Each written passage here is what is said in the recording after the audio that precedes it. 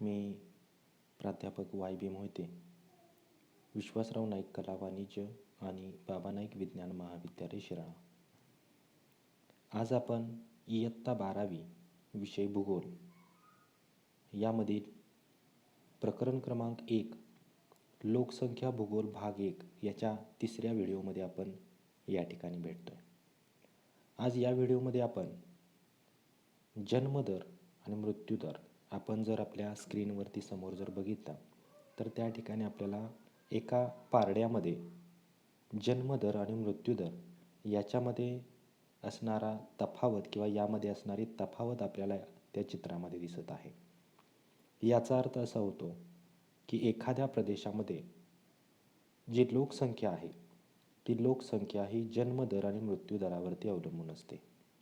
ज्या प्रदेशामध्ये जन्मदर जास्त असेल, मृत्यूदर जास्त असेल, जन्मदर कमी असेल, मृत्यूदर कमी असेल तर त्याचा लोकसंख्येवरती परिणाम झालेला आपल्याला काय होतो त्या ठिकाणी दिसून येतो. त्यानंतर बघा की या आकृतीच्या खाली 4 प्रश्न आपल्याला या ठिकाणी दिलेले आहेत. त्या प्रश्नांचा आपण जर विचार केला तर साधारणतः या ठिकाणी काय केलेलं आहे की पहिला प्रश्न आहे तो म्हणजे काय की या ठिकाणी आकृती काय दर्शवते. आता वर जी दिलेली आकृती आहे ती काय दर्शवते तर साधारणतः जन्मदर आणि मृत्यूदर यामध्ये असणारा फरक, यामध्ये असणारी तफावत, यानुसार होणारा लोकसंख्येतील बदल हे काय करते की ती आकृती आपल्याला त्या ठिकाणी दर्शवते. दुसरा प्रश्न या ठिकाणी असा विचारलेला आहे की जन्मदरापेक्षा मृत्यूदर जर जास्त असल्यास लोकसंख्येवर काय परिणाम होईल. म्हणजे जन्मदरापेक्षा मृत्यूदर जर जास्त असेल तर याचा अर्थ काय की एखादा प्रदेश आहे त्या प्रदेशामध्ये जन्मदर हा कमी आहे आणि मृत्यूदर जास्त आहे. म्हणजेच काय की जन्माला येणाऱ्या लोकांची संख्या, अर्भकांची संख्या कमी आहे आणि मृत्यू पावणाऱ्या लोकांची संख्या जास्त आहे. असा एखादा प्रदेश असेल तर काय होणार आहे, त्या ठिकाणी असणारी जी लोकसंख्या आहे ती लोकसंख्या कमी होणार आहे किंवा त्या लोकसंख्येवरती घट झालेली आपल्याला काय होणार आहे त्या ठिकाणी दिसून येणार आहे. आता तिसरा प्रश्न बघा की एखाद्या प्रदेशामध्ये मृत्यूदरापेक्षा जन्मदर जास्त असेल तर लोकसंख्येवर काय परिणाम होईल. आता एखाद्या प्रदेशामध्ये समजा जन्मदर हा जास्त आहे म्हणजे जन्माला येणाऱ्या अर्भकांची संख्या जास्त आहे आणि मृत्यू पावणाऱ्या लोकांची संख्या अत्यंत कमी आहे. असं जर एखादा प्रदेश असेल तर त्या प्रदेशामध्ये काय होणार आहे की लोकसंख्येची वाढ झपाट्याने होणार आहे किंवा लोकसंख्या जास्त असलेली आपल्याला काय होईल की त्या ठिकाणी दिसून येईल. आणि चौथा शेवटचा प्रश्न आहे तो म्हणजे काय की साधारणतः दोन्ही दर जर समान असल्यास काय होईल असे शक्य आहे का.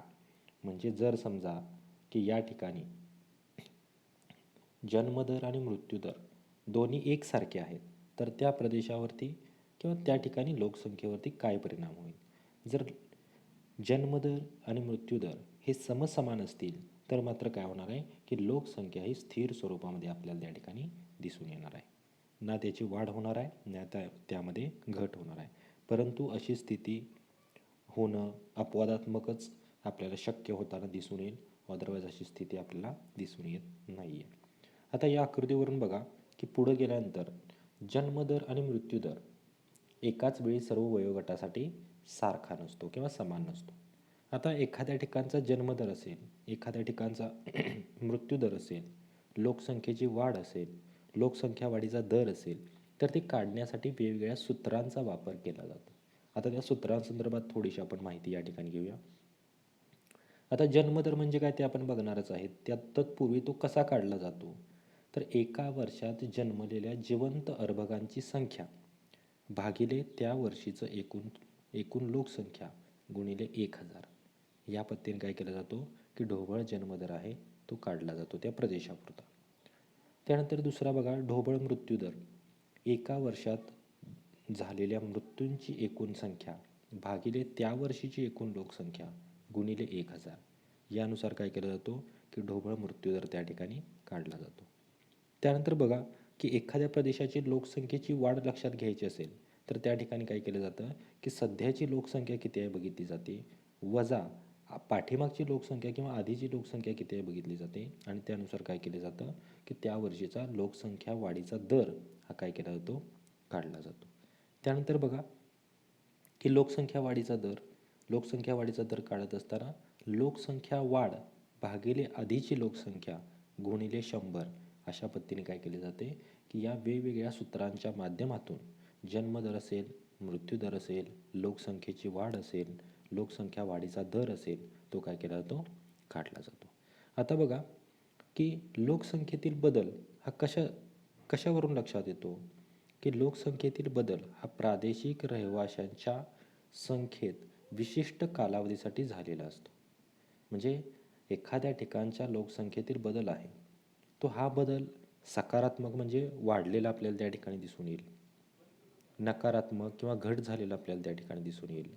संख्यात्मक बदल आपण विचारात घेऊ शकतो, टक्केवारीमध्ये बदल आपण लक्षात घेऊ शकतो.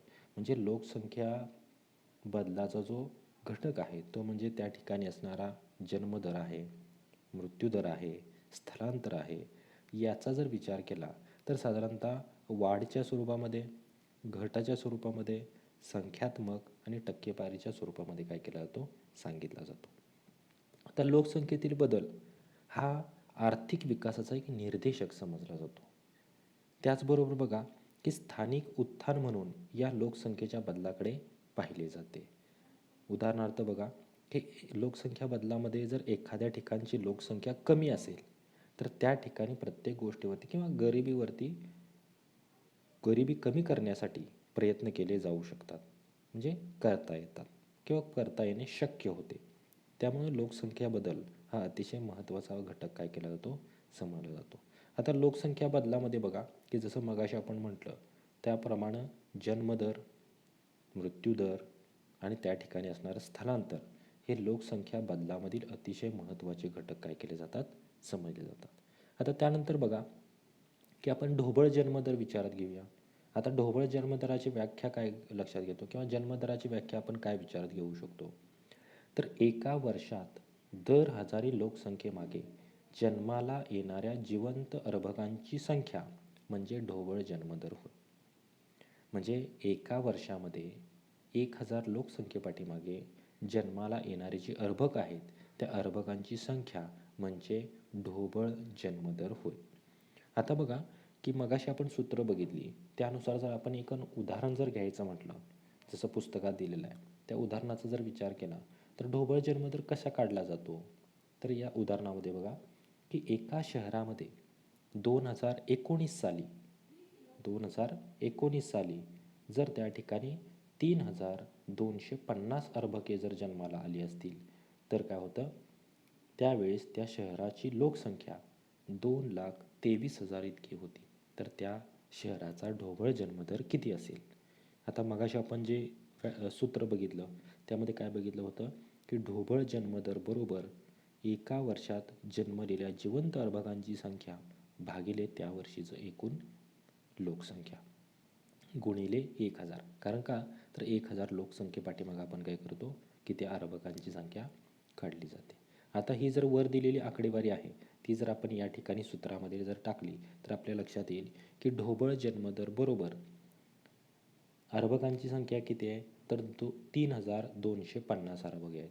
एकूण लोकसंख्या किती आहे, तर 2,23,000 एवढी आहे. म्हणजे 3250 भागिले 2,23,000 गुणिले 1000 अशा पद्धतीने आपण जर कॅल्क्युलेशन केलं तर आपल्या लक्षात येईल की साधारणतः त्या ठिकाणचा ढोबळ जन्मदर हा 14.57% आपल्याला काय होतो की त्या ठिकाणी दिसून येतो.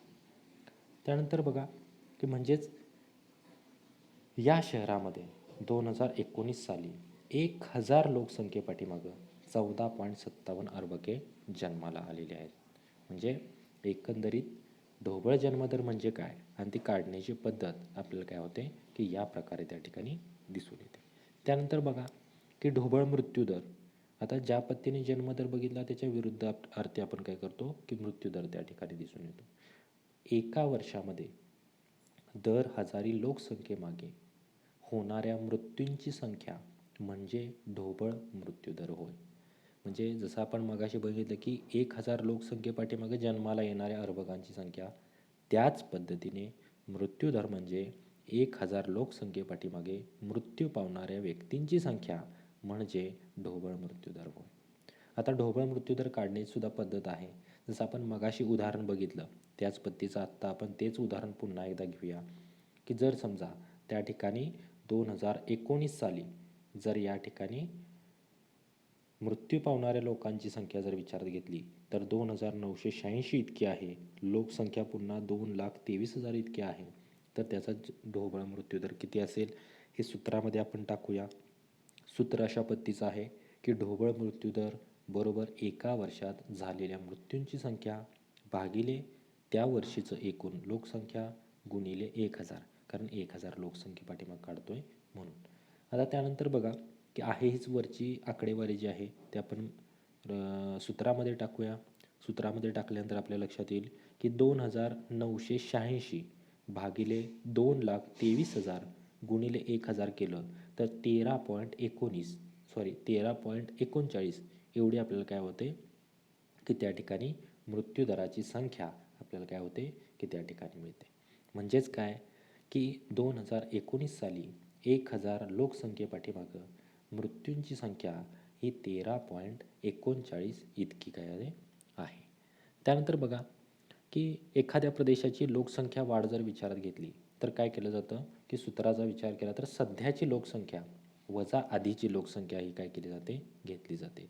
आता मगाशी त्या शहराचं आपण उदाहरण बघितलं, त्या शहराचे आपण काय करूया की लोकसंख्या वाढ किती आहे 2019 साली ते आपण काढलं तर आपल्या लक्षात येईल की सध्याची लोकसंख्या म्हणजे जन्मदर मृत्यूदर जर बघितला तर 14.57 वजा 13.39 म्हणजेच काय की लोकसंख्या वाढ जी आहे ती साधारणतः 1.18 एवढी लोकसंख्या वाढ आपल्याला काय होईल की त्या ठिकाणी दिसून येईल. त्यानंतर बघा की लोकसंख्या वाढीचा दर काढण्यासाठी आपल्याला लोकसंख्या वाढ भागिले आधीची लोकसंख्या गुणिले 100 अशा पद्धतीने आपल्याला काय करावं लागेल की सूत्र विचारात घेऊन काय केलं जाईल की त्या ठिकाणी जन्मदर मृत्यूदर हा काय केला जाईल काढला जाईल किंवा लोकसंख्या वाढीचा दर काढता येईल. त्यानंतर बघा की त्याच्यानंतर पुस्तकामध्ये आपल्याला एक चार्ट दिलेला आहे. त्यामध्ये लोकसंख्या वाढ आणि विस्फोट यामध्ये काय केलं आहे की विभागणी केली आहे. म्हणजे जन्मदर जास्त असेल, मृत्यूदर जास्त असेल, जन्मदर कमी असेल, मृत्यूदर कमी असेल किंवा कमी जास्त असेल तर त्याचा लोकसंख्येवरती होणारा परिणाम काय असेल हे आपल्याला काय करायचं आहे की त्या चार्टमधून समजावून घ्यायचं आहे. ते समजावून घेत असताना बघा जन्म आणि मृत्यूदराच्या बदलाचा परिणाम लोकसंख्या वाढ आणि घट यावरती होतो. ते आपण काय करणार आहे की समजून घेणार आहे.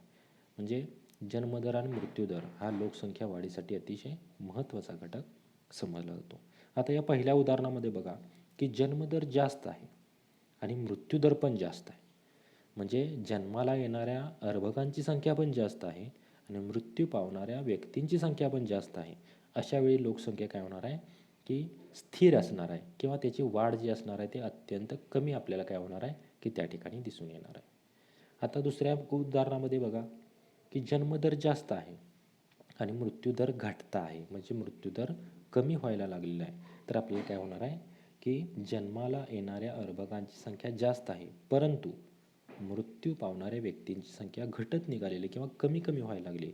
अशा वेळी काय होणार आहे की त्या ठिकाणी लोकसंख्येची जास्त वाढ आपल्याला काय होणार आहे त्या ठिकाणी दिसून येणार आहे.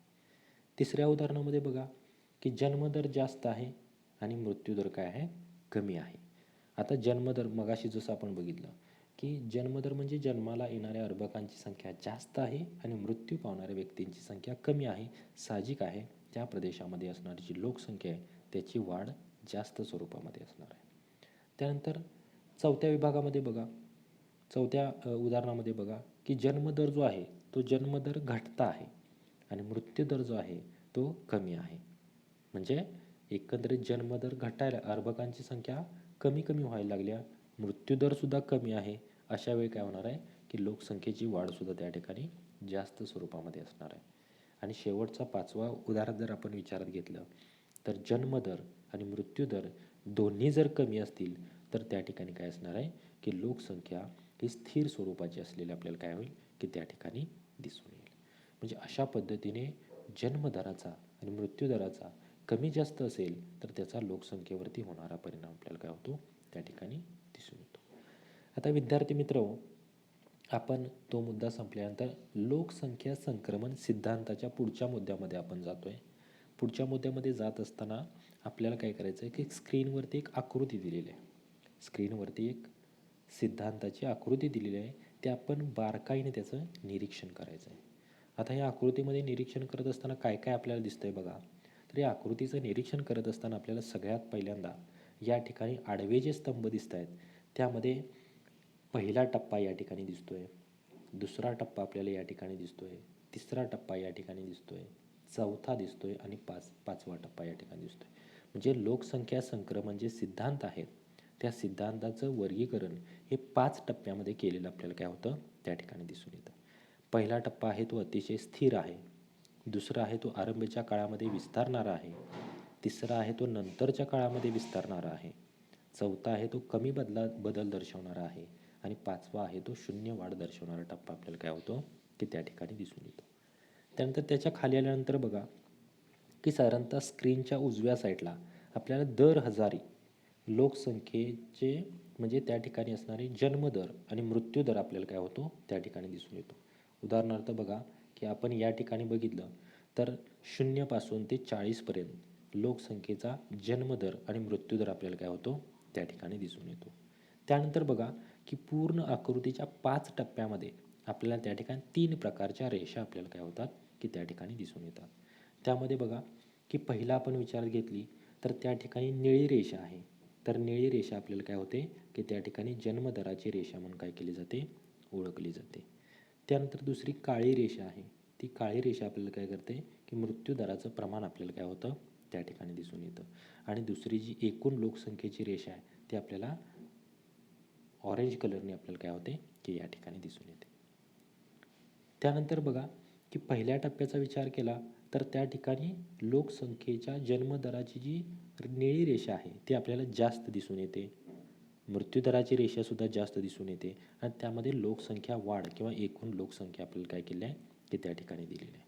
असंच पहिल्या टप्प्यापासून 5व्या टप्प्यापर्यंत जात असताना त्या ठिकाणी हिरवा रंग ज्या ठिकाणी दिसतोय त्या हिरव्या रंगामध्ये आपल्याला काय होते की लोकसंख्येची नैसर्गिक वाढ आपल्याला काय होते की त्या ठिकाणी दिसून येते. आणि त्यानंतर डार्क निळा रंग आपल्याला ज्या ठिकाणी दिसतोय त्या ठिकाणी नैसर्गिक घट लोकसंख्येची आपल्याला काय होते त्या ठिकाणी दिसून येते. इत्यादी निरीक्षण आपण काय केले या लोकसंख्या संक्रमण सिद्धांताच्या चार्टमध्ये आपल्याला काय केलं आहे की बघितलेली आहे.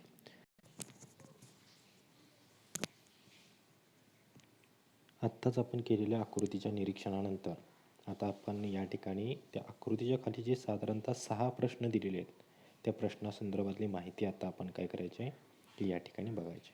आता यामध्ये बघा की पहिला प्रश्न या ठिकाणी विचारलेला आहे की आलेखातील निळी आणि काळी या रेषा काय दर्शवतात. आता यामध्ये बघा की निळी रेषा या ठिकाणी दिलेली आहे, काळी रेषा या ठिकाणी दिलेली आहे. निळी रेषा जी आहे ती जन्मदर दर्शवते, काळी रेषा जी आहे ती मृत्यूदर दर्शवते. बरोबर, म्हणजेच काय की निळी रेषा ही जी आहे ती जन्मदर या ठिकाणी दर्शवते आणि काळी रेषा जी आहे ती काय करते मृत्यूदर या ठिकाणी दर्शवलेली आपल्याला दिसून येते. त्यानंतर बघा दुसरा प्रश्न या ठिकाणी आहे की आलेखात दाखवलेला हिरवा भाग काय दर्शवतो.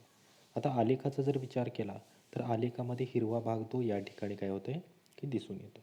आता आलेखामध्ये जो हिरवा भाग दर्शवलेला आहे तर लोकसंख्येची नैसर्गिक वाढ कशा पद्धतीने होते ते काय होते आपल्याला त्या ठिकाणी दर्शवलेली आपल्याला दिसून येते. त्यानंतर बघा तिसरा प्रश्न विचारलेला आहे की आलेखात दाखवलेला निळा भाग काय दर्शवतो. आता आलेखात असलेला जो निळा भाग आहे तो आपल्याला साधारणतः या ठिकाणी दिसून येतो. आता हा आलेखाचा निळा भाग जो आहे तो साधारणतः लोकसंख्येची नैसर्गिक घट जी आहे ती काय करतो आपल्याला त्या ठिकाणी दिसून येतो. त्यानंतर बघा की कोणत्या टप्प्यात जन्मदर हा मृत्यूदरापेक्षा अधिक आहे. आता या ठिकाणी बघा की मृत्यूदराच्या रेषा जी आहे ती आपल्याला या ठिकाणी दुसऱ्या टप्प्यामध्ये तिसऱ्या टप्प्यामध्ये दिसून येते आणि जन्मदराची रेषा आहे ती आपल्याला या ठिकाणी दिसून येते. आता त्यामध्ये बघा की प्रश्नाचा विचार जर केला तर जन्मदर हा मृत्यूदरापेक्षा अधिक आहे. आता या ठिकाणी या 2 टप्प्यामध्ये म्हणजे दुसऱ्या आणि तिसऱ्या टप्प्यामध्ये जन्मदर हा मृत्यूदरापेक्षा काय आहे की अधिक असलेला आपल्याला काय होतो की त्या ठिकाणी दिसून येतो. त्यामुळे उत्तर काय येणार आहे दुसऱ्या आणि तिसऱ्या टप्प्यामध्ये. त्यानंतर बघा प्रश्न क्रमांक 5 आहे कोणत्या टप्प्यात जन्मदर हा मृत्यूदरा एवढाच आहे. आता यामध्ये बघा की आपल्याला या ठिकाणी शेवटच्या टप्प्यामध्ये आपल्याला काय होईल की त्या ठिकाणी दिसून येईल की त्या ठिकाणी जन्मदर हा मृत्यूदरा एवढाच आपल्याला काय होतो की त्या ठिकाणी दिसून येतो. म्हणजे त्या ठिकाणी उत्तर येईल 5व्या टप्प्यामध्ये. त्यानंतर बघा की प्रश्न क्रमांक 6व्याचा जर विचार केला तर कोणत्या टप्प्यामध्ये मृत्यूदर हा जन्मदरापेक्षा अधिक आहे. आता त्यामध्ये पुन्हा एकदा आपल्याला काय करावं लागेल की पुन्हा एकदा 5व्या टप्प्याचा विचार करावा लागेल की या ठिकाणी आपल्याला काय आहे की मृत्यूदर हा जन्मदरापेक्षा अधिक असलेला आपल्याला काय होईल की त्या ठिकाणी दिसून येईल. त्यामुळे 6व्याचं उत्तरसुद्धा आपल्याला काय येणार आहे की त्या ठिकाणी 5व्या टप्प्यात काय करायला येणार आहे. त्यानंतर बघा हे जे लोकसंख्या संक्रमणाचे जे आपण आकृतीचे जे निरीक्षण केलं त्याच्यावरच्या प्रश्नांची उत्तरं बघितली. त्यानंतर आपण प्रत्येक टप्प्याविषयी माहिती आपण काय करूया की या ठिकाणी बघूया. आता लोकसंख्या संक्रमण जो सिद्धांत आहे त्यातला पहिला टप्पा जो आहे तो अतिशय स्थिर टप्पा म्हणून काय केला जातो ओळखला जातो की ज्या टप्प्यामध्ये जन्मदर अधिक आहे, मृत्यूदर अधिक आहे, त्यामुळे लोकसंख्येची वाढ जी आहे ती स्थिर स्वरूपामध्ये आपल्याला काय होते त्या ठिकाणी दिसून येते. मग आता अशा परिस्थितीमध्ये लोकसंख्या संक्रमणाच्या या टप्प्यामध्ये जन्मदर अधिक असण्याचं, मृत्यूदर अधिक असण्याचं कारणं काय आहेत किंवा कशा पद्धतीची वैशिष्ट्ये त्याची आहेत हे जर आपण विचारात घेतलं तर त्या ठिकाणी आपल्याला दिसून येईल की अशा टप्प्यामध्ये देशाची आर्थिक स्थिती ही अविकसित स्वरूपाची असते. त्याचबरोबर बघा की देशाची अर्थव्यवस्था जी आहे शेती आणि प्राथमिक व्यवसायावरती काय असते अवलंबून असते. म्हणजे त्या देशाची अर्थव्यवस्था ही शेती आणि प्राथमिक व्यवसायावरती काय असते अवलंबून असते. द्वितीयक आणि तृतीयक व्यवसायाचे प्रमाण या विभागामध्ये किंवा या टप्प्यामध्ये नगण्य असते. त्यानंतर बघा की प्रजननाचा दर जो आहे तो या टप्प्यामध्ये अधिक आपल्याला काय होतो त्या ठिकाणी दिसून येतो. त्याचमुळं आपण काय करतोय की या ठिकाणी लिहितोय की जन्मदर या टप्प्यामध्ये अधिक आहे. त्याचबरोबर बघा की विज्ञान व तंत्रज्ञान किंवा विज्ञान आणि तंत्रज्ञानाचा विकास कमी झालेला आपल्याला काय होतो की या ठिकाणी दिसून येतो. त्यानंतर स्वच्छतेचा अभाव या टप्प्यामध्ये आपल्याला आढळतो. वैद्यकीय सुविधांचा अभाव आपल्याला त्या ठिकाणी आढळतो आणि वैद्यकीय सुविधा आणि स्वच्छता यांचा जर अभाव असेल तर ॲटोमॅटिकली त्या ठिकाणी संसर्गजन्य रोगाचा प्रादुर्भाव हा जास्त झालेला आपल्याला दिसून येतो की ज्यामुळं कुपोषणाची स्थिती त्या ठिकाणी निर्माण होते आणि कुपोषणामुळं त्या ठिकाणी मृत्यूदरसुद्धा आपल्याला काय होतो अधिक जाणवलेला आपल्याला काय होतो त्या ठिकाणी दिसून येतो. त्यामुळं या टप्प्यामध्ये जन्मदर पण अधिक आहे, मृत्यूदर पण अधिक आहे, त्यामुळे लोकसंख्येची वाढ ही स्थिर आपल्याला काय होते की त्या ठिकाणी दिसून येते. आत्ता सध्या जर या पहिल्या टप्प्याचा विचार केला तर या टप्प्यामध्ये कोणताही देश या टप्प्यामध्ये आत्ता सध्या आपल्याला दिसून येत नाही. त्यानंतर बघा की लोकसंख्या संक्रमणाच्या दुसऱ्या टप्प्यामध्ये आपण आल्यानंतर आरंभीच्या काळामध्ये विस्तारणारा टप्पा म्हणून काय केला जातो ओळखला जातो किंवा या टप्प्यामध्ये जन्मदर जो आहे तो अधिक असतो आणि मृत्यूदर जो आहे तो कमी होण्यासाठी काय होते की या टप्प्यामध्ये सुरुवात होते. त्यामुळे लोकसंख्या वाढीस या ठिकाणी सुरुवात झालेली आपल्याला काय होते त्या ठिकाणी आढळते. म्हणजे एखादा प्रदेश असेल किंवा हा जो टप्पा आहे या टप्प्यामध्ये असणारे जे देश आहेत त्या देशामध्ये जन्मदर म्हणजे जन्माला येणाऱ्या व्यक्तींची संख्या किंवा अर्भकांची संख्या ही जास्त आहे, परंतु मृत्यू पावणाऱ्या व्यक्तींची संख्या कमी कमी व्हायला सुरुवात झालेली आपल्याला काय होते त्या ठिकाणी आढळते.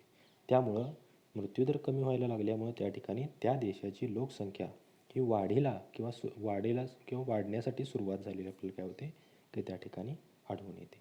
आता यानंतर बघा की या टप्प्यामध्ये कोणकोणत्या स्वरूपाची वैशिष्ट्ये येतात तर त्यामध्ये बघा की विज्ञानाचा प्रसार आणि तंत्रज्ञानाचा विकास झालेला आपल्याला काय होतो की त्या ठिकाणी दिसून येतो. त्यानंतर वैद्यकीय व आरोग्यविषयक सेवांचा विकास झालेला आपल्याला काय होतो त्या ठिकाणी दिसून येतो. आता वैद्यकीय सेवा, स्वच्छता, आरोग्यविषयक सेवा यांचा विकास झाल्यामुळं त्या ठिकाणी असणारी जी रोगराई आहे त्या रोगराईवरती नियंत्रण मिळवण्याचं काम हे काय होतं की त्या टप्प्यामध्ये झालेलं आपल्याला आढळतं. त्यामुळे ॲटोमॅटिक मृत्यूदर कमी व्हायला किंवा मृत्यूदरामध्ये घट झालेली आपल्याला काय होईल की त्या ठिकाणी दिसून येईल. जरी मृत्यूदरामध्ये घट झाली तरीसुद्धा जन्मदर हा स्थिर असल्यामुळे लोकसंख्या झपाट्याने वाढलेली आपल्याला काय होणार आहे की त्या ठिकाणी आढळणार आहे. त्याचबरोबर बघा शेती उत्पादन, वाहतूक व्यवस्था यामध्ये सुद्धा वाढ झालेली आपल्याला त्या ठिकाणी दिसून येईल. लोकसंख्या नियंत्रणासाठीचे जे प्रयत्न आहेत ते प्रयत्न त्या देशामध्ये किंवा या टप्प्यामध्ये सुरू झालेले आपल्याला काय होतील की त्या ठिकाणी दिसून येतील. विकसनशील देशामध्ये जे जगभरामध्ये असणारे विकसनशील देश आहेत ते या टप्प्यामधून जात असतानाचे आपल्याला काय होतात त्या ठिकाणी दिसून येतात. या टप्प्याला लोकसंख्या विस्फोट टप्पा असं देखील काय केलं जातं म्हटलं जातं. म्हणजे हा जो टप्पा आहे या टप्प्याला आणखी एक नाव आहे की लोकसंख्या विस्फोट टप्पा म्हणून काय केलं जातं ओळखलं जातं. त्याचबरोबर बघा की जे विकसनशील देश आहेत त्या देशामध्ये म्हणजे या टप्प्याचा जर विचार केला तर यामध्ये कांगो, बांगलादेश, नायजर आणि युगांडा इत्यादी देशांचा समावेश हा लोकसंख्या संक्रमण सिद्धांताच्या दुसऱ्या टप्प्यामध्ये केलेला आपल्याला काय होईल की आढळून येईल. त्यानंतर बघा की लोकसंख्या संक्रमणाच्या तिसऱ्या टप्प्याचा जर विचार केला तर लोकसंख्या संक्रमणाच्या तिसऱ्या टप्प्याला नंतरच्या काळामध्ये विस्तारणारा टप्पा म्हणून काय केला जातो ओळखला जातो. आता या टप्प्याची स्थिती कशी असते की या टप्प्यामध्ये जन्मदर हा कमी होऊ लागतो. म्हणजे दुसऱ्या टप्प्याच्या तुलनेमध्ये या टप्प्यामध्ये जन्मदर जो आहे तो कमी व्हायला सुरुवात होते आणि मृत्यूदर जो आहे ते दुसऱ्या टप्प्याच्या तुलनेमध्ये आणखी कमी झालेला आपल्याला काय होतो त्या ठिकाणी दिसून येतो. त्यामुळे या टप्प्यामध्ये सुद्धा लोकसंख्या वाढीचा दर आपल्याला काय होईल की त्या ठिकाणी कमी आढळून येईल. आता बघा की या टप्प्याच्या वैशिष्ट्यांचा जर विचार केला तर या टप्प्यामध्ये जे देश आहेत त्या देशांच्या लोकसंख्या वाढीचा जो दर आहे तो आपल्याला काय होतो की कमी कमी आपल्याला त्या ठिकाणी दिसून येतो. परंतु लोकसंख्या मात्र काय होत असते वाढत असते. जन्मदर हा मृत्यूदरापेक्षा अधिक असलेला आपल्याला त्या ठिकाणी दिसून येतो. देशाच्या प्रगतीचा वेग वाढलेला आपल्याला त्या ठिकाणी आढळतो आणि देशाच्या प्रगतीचा वेग वाढल्यामुळं राहणीमान उंचावलेले आपल्याला काय होते त्या ठिकाणी आढळते. राहणीमानाचा दर्जा उंचावल्यामुळं गरिबी त्या ठिकाणी कमी झालेली आपल्याला काय होईल की या टप्प्यामध्ये दिसून येईल. त्यानंतर बघा की तंत्रज्ञानाचा विस्तार आणि उपयोग वाढलेला आपल्याला काय होतो या ठिकाणी आढळतो. प्राथमिक व्यवसायाच्या तुलनेमध्ये द्वितीयक आणि तृतीयक व्यवसायांचा विस्तार या टप्प्यामध्ये झालेला त्या ठिकाणी आढळतो. शैक्षणिक पातळी उंचावलेली आपल्याला दिसून येते. कुटुंब नियोजनाचे महत्त्व लोकसंख्येमध्ये समजून आल्यामुळे कुटुंबाचा आकार लहान ठेवण्याकडे विशेष लक्ष दिलेले आपल्याला काय होते की या टप्प्यामध्ये दिसून येते. साधारणतः प्रत्येक विकसनशील देश या टप्प्यामधून गेलेला आपल्याला काय होतो त्या ठिकाणी दिसून येतो. उदाहरणार्थ चीन या देशाचा समावेश यामध्ये झालेला आपल्याला आढळून येईल. त्यानंतर बघा की लोकसंख्या संक्रमण सिद्धांताच्या चौथ्या टप्प्याचा जर विचार केला तर या लोकसंख्या संक्रमण सिद्धांताच्या चौथ्या टप्प्याला कमी बदल दर्शवणारा टप्पा देखील काय केलं जातं म्हटलं जातं. कारण का तर यामध्ये जन्मदर कमी आहे, मृत्यूदर कमी आहे. त्यामुळे या ठिकाणी लोकसंख्यासुद्धा काय होते ही कमी आपल्याला काय होते त्या ठिकाणी आढळते. आता या टप्प्याचा जर विचार केला तर साधारणतः विकसित देश या टप्प्यामध्ये असलेले आपल्याला काय होतात किंवा या टप्प्यामधून गेलेले आपल्याला काय होतात त्या ठिकाणी दिसून येतात. मग या देशांचा जर विचार केला तर या देशामध्ये राहणीमान जे आहे अतिशय उंचावलेले आपल्याला काय होते की त्या ठिकाणी आढळते. देशाची व नागरिकांची आर्थिक स्थिती सुधारलेली आपल्याला त्या ठिकाणी दिसून येते. द्वितीयक आणि तृतीयक व्यवसायाचा वाटा प्राथमिक व्यवसायापेक्षा आपल्याला काय होतो त्या ठिकाणी जास्त स्वरूपामध्ये असलेला त्या ठिकाणी दिसून येतो. उच्चतम वैद्यकीय सुविधा आपल्याला त्या ठिकाणी आढळतात. पटकी, प्लेग, साथीच्या रोगांचा नायनाट झालेला आपल्याला काय होतो त्या ठिकाणी दिसून येतो. आरोग्याबद्दल लोक जागरूक झालेले आपल्याला त्या ठिकाणी आढळतात. उदाहरणार्थ अमेरिकेतील संयुक्त संस्थाने हा या टप्प्यातून गेलेला आपल्याला देश काय होतो की त्या ठिकाणी दिसून येतो. त्यानंतर बघा की लोकसंख्या संक्रमण सिद्धांताच्या पाचव्या टप्प्याचा विचार केला तर ऋणात्मक वाढीचा टप्पा म्हणून काय केलं जातं की या ठिकाणी ओळखलं जातं. त्यामध्ये बघा की जन्मदर कमी आहे, मृत्यूदर जास्त आहे. त्यामुळे नैसर्गिकरित्या या ठिकाणी लोकसंख्येची घट झालेली आपल्याला काय होते या ठिकाणी दिसून येते. म्हणूनच या टप्प्याला ऋणात्मक वाढीचा टप्पा असं काय केलं जातं म्हटलं जातं. त्यामध्ये बघा की यातल्या वैशिष्ट्यांचा जर विचार केला तर जन्मदर व मृत्यूदर समान असल्याने लोकसंख्या वाढत नाही. काही देशामध्ये जन्मदरापेक्षा मृत्यूदर अधिक असल्यामुळे लोकसंख्येमध्ये घट झालेली आपल्याला काय होते त्या ठिकाणी दिसून येते. या टप्प्यामध्ये जे देश आहेत त्या देशांचा जर विचार केला तर बालकांची संख्या या ठिकाणी कमी आहे, तर वृद्धांची संख्या आपल्याला काय होते की या ठिकाणी अधिक आढळते. त्याचबरोबर बघा की या देशामध्ये राहणारे जे लोक आहेत किंवा या टप्प्यामध्ये असणारे जे देश आहेत, त्या लोकांचं राहणीमान हे उंचावलेलं आपल्याला त्या ठिकाणी दिसून येतं. त्याचबरोबर देशाची आणि नागरिकांची आर्थिक स्थिती ही उत्तम असलेली आपल्याला काय होते त्या ठिकाणी आढळते. तृतीयक व्यवसायाचे प्रमाण सर्वाधिक आपल्याला त्या ठिकाणी आढळते. शैक्षणिक वैद्यकीय सेवांचा विचार केला तर उच्च दर्जाच्या सेवा त्या ठिकाणी उपलब्ध झालेल्या आपल्याला या टप्प्यामध्ये दिसून येतात. त्याचबरोबर आरोग्य, पर्यावरण आणि आनंददायी जीवनाबद्दल या ठिकाणचे लोक ही आग्रही असतात. उदाहरणार्थ या टप्प्यामध्ये स्वीडन, फिनलँड इत्यादी देशांचा समावेश झालेला आपल्याला काय होतो त्या ठिकाणी दिसून येतो. अशा पद्धतीने लोकसंख्या संक्रमण सिद्धांताचे 5 टप्पे आपण या ठिकाणी अभ्यासलेले आहेत. या टप्प्यांचा जर अभ्यास केला तर जन्मदर आणि मृत्यूदर आणि त्याचा लोकसंख्येवरती होणारा परिणाम आणि एकंदरीतच यामुळं होणारी देशाची स्थिती याबद्दलची सर्व माहिती आपण काय केली लोकसंख्या संक्रमणाच्या सिद्धांतामध्ये बघितलेली आपल्याला दिसून येते. धन्यवाद.